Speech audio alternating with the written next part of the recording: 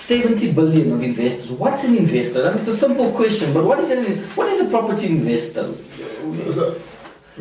So different banks, they look at their home loan book, their balance sheet, and of course they've got the data of male, female, age, geography, etc., right?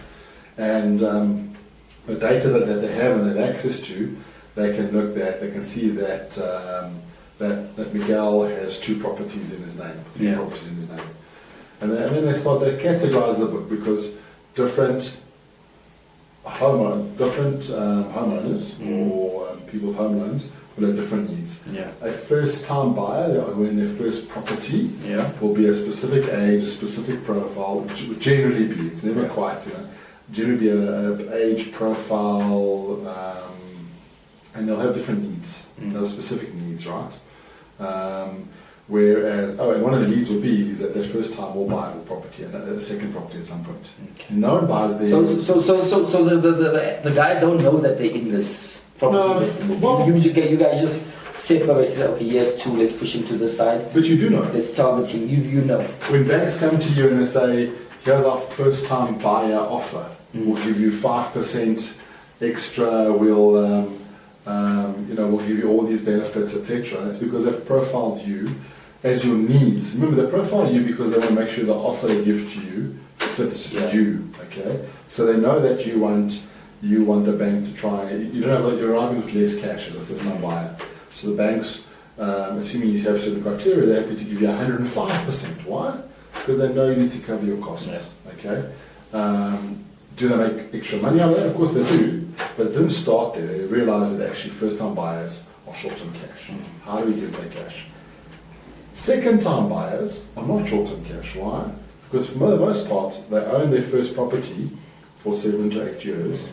That property grew by anything by between 5 and 8% per year.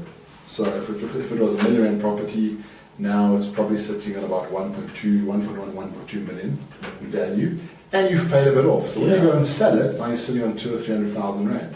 Okay, so second-time buyers need less cash. Okay, so they can cover their transfer fees and costs and things. But now what they need is something different. So they profile this repeat buyers, the second-time buyers.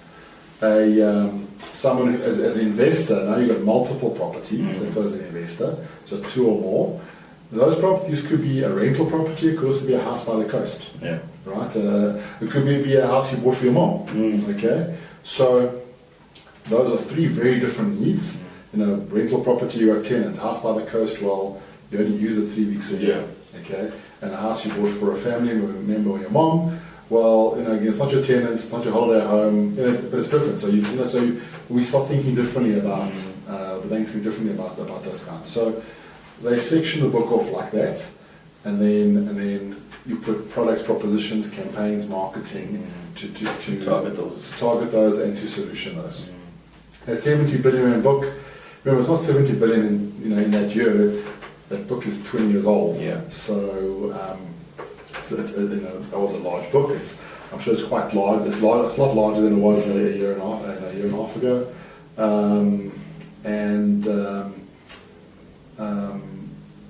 You also don't get a chance to speak to everyone in that. So I think that's nice. Now you put on your CV.